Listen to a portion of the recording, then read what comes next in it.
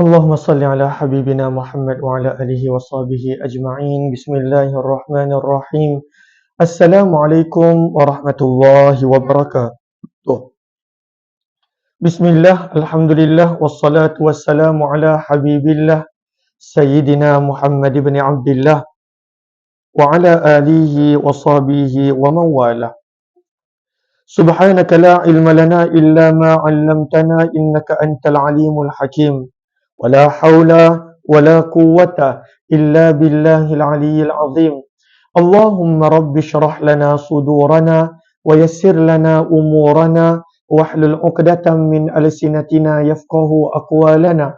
اللهم فقهنا في الدين وعلمنا التأويل برحمتك يا رب العالمين والحمد لله رب العالمين. Ahlan-ahlan kepada semua, selamat malam. Ahlan-ahlan Rumaja, kemudian Asmahani, Abu Samah, Hayatun, Nur Zazura, Sulaiman, Dino, Nur. Ahlan-ahlan kepada semua, Syafina Mawaddah, Zul Fazli, dan ahlan-ahlan kepada semua yang berada di ruangan TikTok juga di ruangan Facebook. Ahlan-ahlan Tuan Fauzan Muhammad.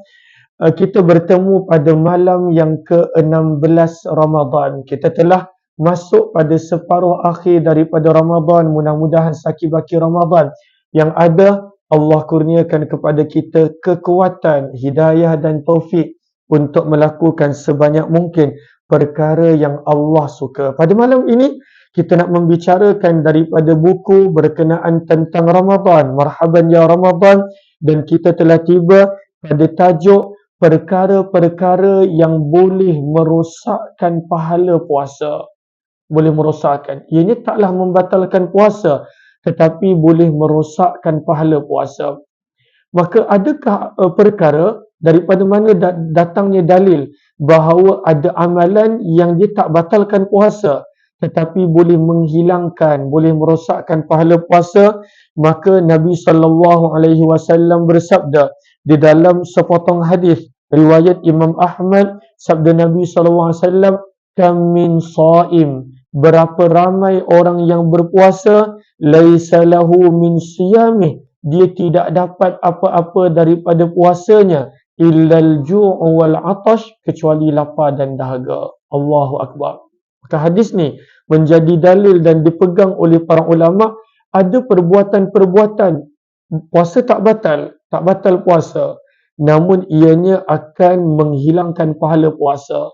Sebab itu sabda Nabi, berapa ramai, Atiyah main dengan Aisyah, panggil Aisyah untuk main dengan dia. Berapa ramai orang yang mana dia berpuasa, dia tak dapat apa-apa pahala, sabda Nabi, kecuali lapar dan dahaga. Ahlan-ahlan, terima kasih kepada yang join Mustalifah Yahya, Alung Zarif, Zul Awang dan juga Amin Aziz. Ahlan-ahlan, mohon sebaik untuk bantu share, bantu untuk kongsi, bantu untuk sebar luas. Mar WKN, Hidayu dan juga Ida Razak. Ahlan-ahlan kepada semua. Maka hadis riwayat Ahmad yang kita dengar tadi, Nabi sebut dengan jelas, ada banyak orang yang mana dia puasa tapi dia tak dapat apa-apa pahala, illal ju' wal atash, kecuali lapar dan dahaga. Dan ini yang kita nak kongsikan pada malam ini. Apakah perbuatan yang boleh menghilangkan pahala puasa, yang boleh merosakkan pahala puasa? Dalam hadis yang kedua riwayat Abu Daud, Nabi SAW bersabda, a'ifus siyam fa inna siyama laysa minat ta'ami wala minas syarab walakinna siyama minal ma'asi. Sabda Nabi SAW dalam hadis yang kedua ini, a'ifu, peliharalah, muliakanlah ibadah puasa kamu. Nabi kata jaga puasa, pelihara puasa. Sabda Nabi SAW, sesungguhnya puasa bukanlah hanya dengan tidak makan dan minum. Itu bukan sekadar tujuan puasa, bukan sekadar nak berlapar, bukan sekadar merasai dahaga. Akan tetapi sabda Nabi SAW, akan tetapi puasa yang sesungguhnya adalah menahan diri daripada maksiat dosa. Hadis riwayat Abu Daud. Maka hadis yang kedua ini juga menjadi pegangan para ulama, menjadi dalil bahawa tujuan daripada puasa adalah tinggalkan maksiat dan dosa. Dan kalaulah seseorang itu tidak meninggalkan maksiat dan dosa, boleh jadi pahala puasanya hilang dan dia tak dapat sebarang pahala daripada puasanya. Maka dua dalil yang kita baca, hadis riwayat Musnad Ahmad dan hadis riwayat Sunan Abu Daud, di mana Nabi menegaskan ada orang yang puasa tak dapat apa-apa kecuali lapar dan dahaga, dan antara sebabnya adalah apabila dia tidak meninggalkan maksiat dan dosa. Sebab itu bila kita puasa, kita nak jauhkan juga diri daripada maksiat dan dosa. Ahlan-ahlan kepada yang baru join, kita sedang berkongsi daripada buku berkenaan tentang ibadah puasa, berkenaan tentang Ramadan. Mohon jasa baik untuk bantu share, bantu untuk kongsi, bantu untuk sebar luas. Mudah-mudahan lebih ramai yang beroleh manfaat. Okey. Allahumma salli ala Muhammad. Maka dibawakan soalan. Maka disebutkan dalam buku ini, maka apakah hukum seseorang yang ghibah mengumpat, namimah mengadu domba, atau kizib bermaksud bercakap bohong? Apakah hukum puasanya? Adakah puasa orang yang melakukan maksiat batal puasa ataupun hanya menghilangkan pahala? Maka ini adalah pertanyaan. Adakah orang kalau buat dosa, dia tengah puasa dia buat maksiat dosa, antara dosa lidah yang paling banyak berlaku, mengumpat, bercakap bohong, mengadu domba. Maka adakah orang yang sedang puasa lalu buat dosa, puasanya batal ataupun tak batal namun akan kehilangan pahala? Maka kata penulis buku, majoriti para ulama, termasuklah pandangan Imam Asy-Syafi'i rahimahullah, orang yang mana melakukan maksiat ketika berpuasa tidaklah membatalkan puasanya. Puasanya tak batal, namun dia akan kehilangan pahala daripada puasanya. Maka rugi. Yang mana dia hanya dapat lapar dan dahaga dan tak dapat apa-apa manfaat, tak dapat apa-apa ganjaran dan pahala daripada puasanya. Sebab itu bila kita puasa, bukan sekadar nak menjauhkan diri daripada makan dan minum, tetapi nak menjauhkan diri daripada maksiat dan dosa. Itulah antara perkara penting yang kita perlu tarbiyah diri ketika berpuasa. Mudah-mudahan Allah kurniakan kekuatan kepada kita insya-Allah. Muka surat yang ke-93. Maka pada muka surat yang ke-93, penulis berkongsi ada beberapa dosa yang banyak orang berpuasa buat. Benda ni dosa, benda ni Allah tak suka, boleh menghilangkan pahala puasa, namun banyak orang buat. Dan kita nak tinggalkan dosa-dosa ni. Dan kebanyakan daripada dosa ni adalah dosa lidah. Dosa lidah. Sebab itu dalam hadis Nabi SAW pernah ditanya, apakah penyebab kebanyakan manusia ke neraka? Apakah penyebab kebanyakan manusia ke neraka? Maka Nabi SAW bersabda, dua. Itulah al-fam, disebabkan dosa lidah, wal faraj, dan disebabkan tidak menjaga nafsu dan kemaluan. Maka penting untuk kita menjauhkan diri daripada dosa lidah, waktu puasa terutamanya, dan juga pada waktu yang lain. Maka yang pertama dibawakan adalah ghibah, dosa mengumpat. Dosa mengumpat ini kena tinggalkan ketika berpuasa dan kena tinggalkan sentiasa. Maka kata penulis buku rahimahullahu ta'ala, ghibah adalah, apakah ghibah? Maka Nabi SAW telah terangkan apakah maksud ghibah dalam hadis. Sabda Nabi SAW, zikruka akhaka bima yakrah. Itu adalah ghibah. Maka apakah definisi ghibah?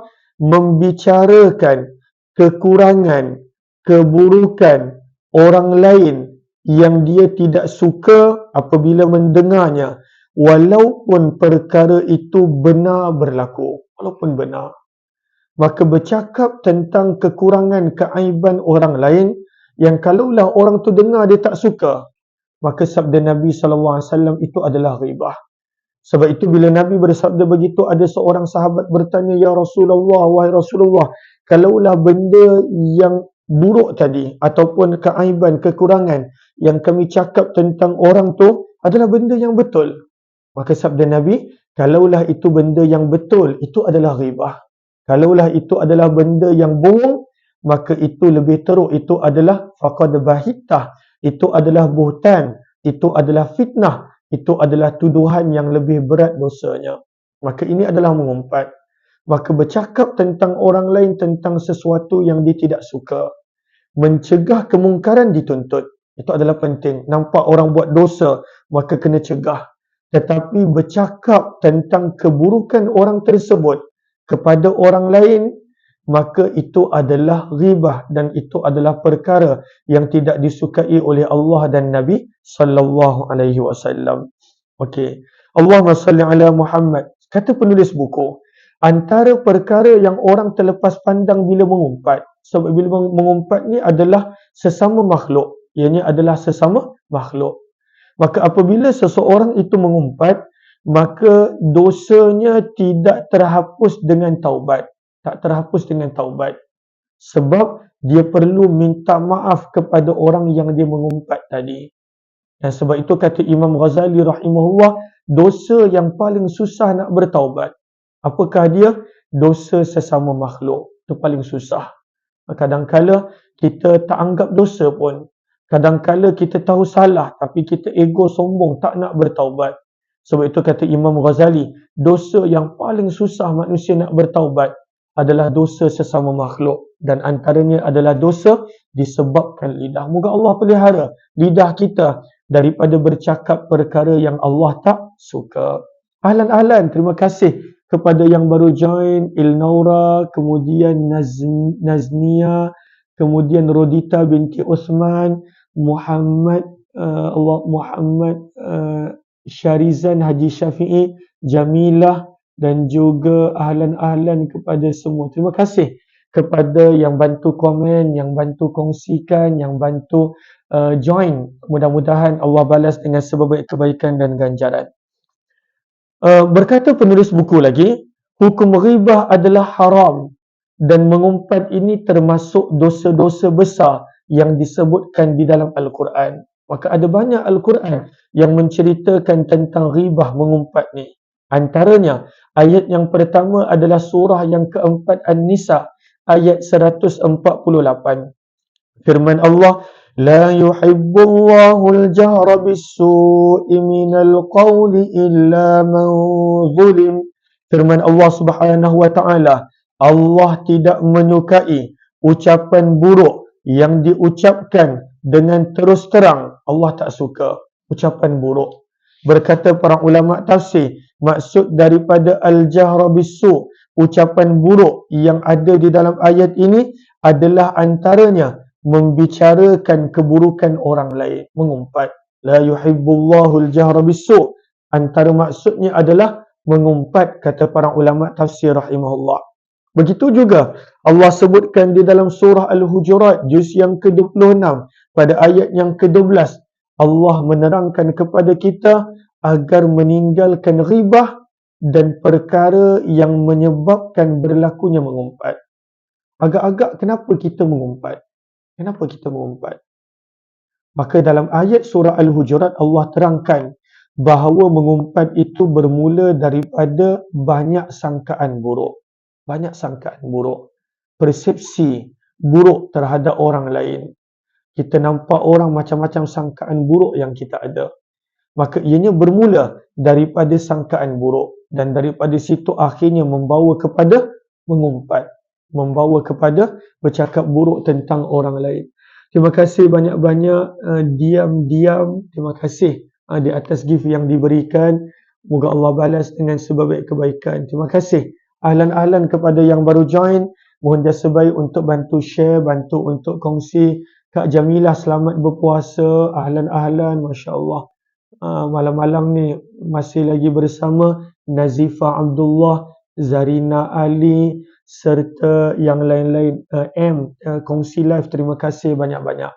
Okey, maka dalam ayat yang ke-12 daripada surah Al-Hujurat Allah menerangkan penyebab kenapa manusia ini mengumpat. Apakah sebab manusia ini mengumpat? Ianya bermula daripada bersangka buruk.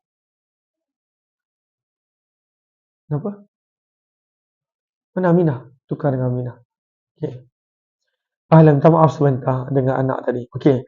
Maka firman Allah dalam ayat yang ke-12 daripada surah Al-Hujurat, ya ayyuhallazina amanu, wahai orang-orang yang beriman, firman Allah. Lalu ayat ini ditujukan kepada setiap daripada kita, orang yang ada iman. Maka firman Allah kepada orang yang beriman, ijtanibu katsiran minadh-dhann.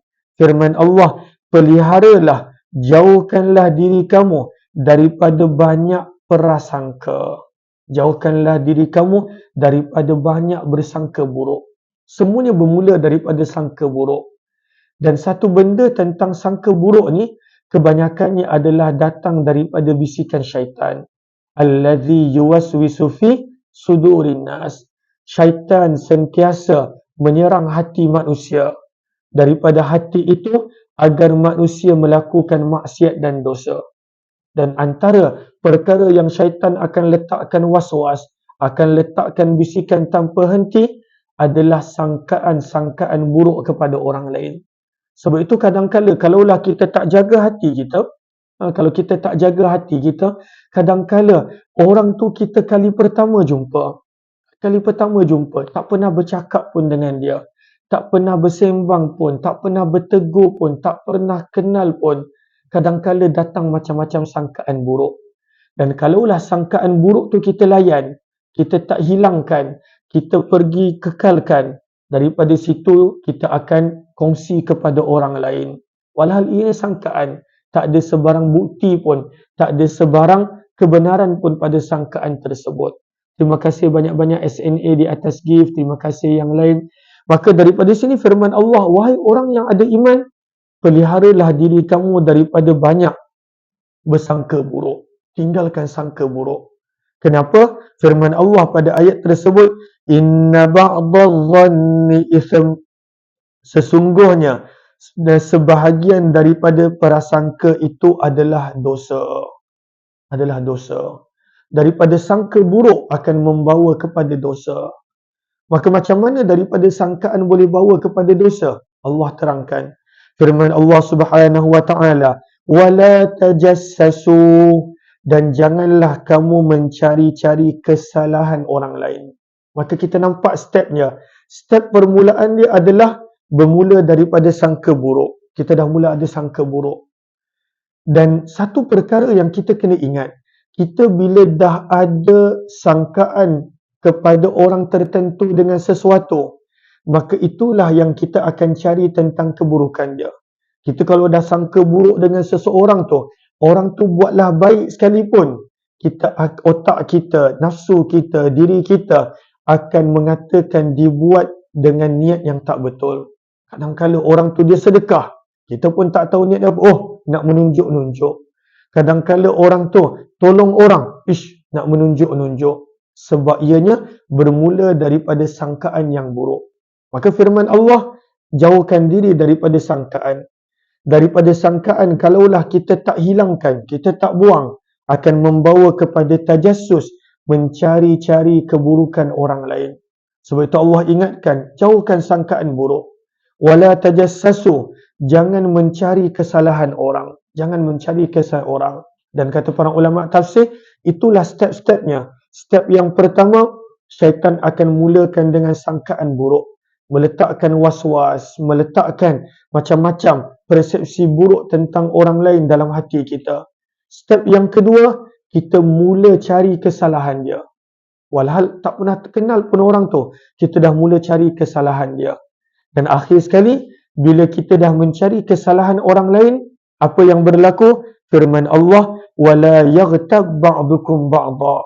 Dan janganlah kamu ribah, mengumpat sebahagian kamu akan yang lain. Maka ini adalah 3 step. Bermula daripada sangkaan buruk yang kita tak hilangkan, yang kita tak buang. Pergi kepada mencari kesalahan dan keaiban orang tersebut. Dan akhir sekali, membawa kepada mengumpat. Adakah mengumpat ini benda yang elok? Allah umpamakan mengumpat ini seperti orang yang memakai bangkai manusia. Tak ada orang yang nak makan bangkai manusia. Tak ada orang. Sebab itu firman Allah, ayuhibbu ahadukum an ya'kula lahma akhihi maita Firman Allah, apakah ada di antara kalian yang suka makan daging saudaranya yang telah mati? Ada tak manusia yang suka makan bangkai saudaranya? Makan bangkai manusia. Maka Allah berikan jawapan pada ayat ini, fakarihtumuh, maka pasti kamu membencinya. Maka sebagaimana kamu benci memakan bangkai manusia, sepatutnya itulah kebencian kamu dalam mengumpat ribah orang lain. Tak ada orang sepatutnya suka mengumpat orang lain. Kata Imam kita Muhammad bin Idris Asy-Syafi'i rahimahullah, kata Imam Asy-Syafi'i, apabila kita mengumpat orang lain, kita patut ingat orang lain juga boleh mengumpat kita. Orang lain juga boleh buat.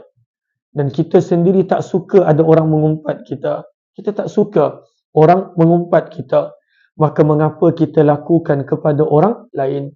Bukankah iman bila Nabi SAW sebut tentang iman? Iman adalah kita menyukai untuk orang lain apa yang kita suka untuk diri kita. La yu'minu ahadukum hatta yuhibba li akhihi ma yuhibbu li nafsihi. Sabda Nabi, tidak sempurna iman kamu sehingga kamu belajar menyukai untuk saudara kamu apa yang kamu suka untuk diri kamu. Kita tak suka orang mengumpat kita, jangan kita mengumpat orang lain. Kita tak suka orang fitnah kita, maka jangan kita fitnah orang lain. Kita tidak suka orang mencari aib kita, maka jangan mencari aib orang lain. Kita tak suka orang lain bercakap buruk tentang kita, maka jangan kita bercakap buruk tentang orang lain. Itulah definisi iman sabda Nabi sallallahu alaihi wasallam. Maka di sini dia penulis buku bawakan beberapa kisah yang mana orang yang mengumpat ni dia sedang bagi pahalanya kepada orang yang dia mengumpat tersebut. Dia sedang bagi pahala dia. Sebab itu dibawakan kisah yang pertama berkenaan tentang Abdullah bin Mubarak. Abdullah bin Mubarak berkata, andaikan aku ingin mengumpat seseorang, maka aku hanya akan mengumpat kedua orang tuaku. Kalaulah aku betul-betul nak mengumpat, aku hanya akan mengumpat orang tuaku. Kenapa? Jangan salah faham pula maksud dia. Kerana mereka berdua lebih berhak untuk mendapat pahala-pahalaku. Sebab bila kita mengumpat orang lain, dan kalaulah kita tak minta maaf, yang mana selalu ni kebanyakannya, tak ada orang yang mengumpat minta maaf. Lalu bila kita mengumpat orang lain, sebenarnya kita bagi pahala kita kepada orang tersebut. Bukankah Nabi dah bersabda di dalam hadis bila Nabi tanya kepada para sahabat tentang siapakah orang yang muflis? Siapa orang yang muflis?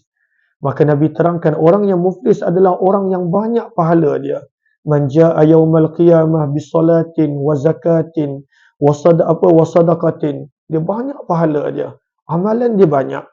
Tapi isu dia adalah dia ada mengumpat, mengejek, memfitnah, menyakiti makhluk dan dia tak bertaubat, tak minta maaf. Maka dia perlu bayar dengan pahala pada hari kiamat. Allah akan ambil pahalanya sebab dia akan dituntut. Ya Allah, orang ni aniaya aku dekat dunia. Dia mengumpat aku. Maka Allah ambil pahalanya dan berikan kepada orang yang dia mengumpat tersebut. Sebab itu kata Abdullah bin Abbas, kenapa kita nak bagi pahala kepada orang lain?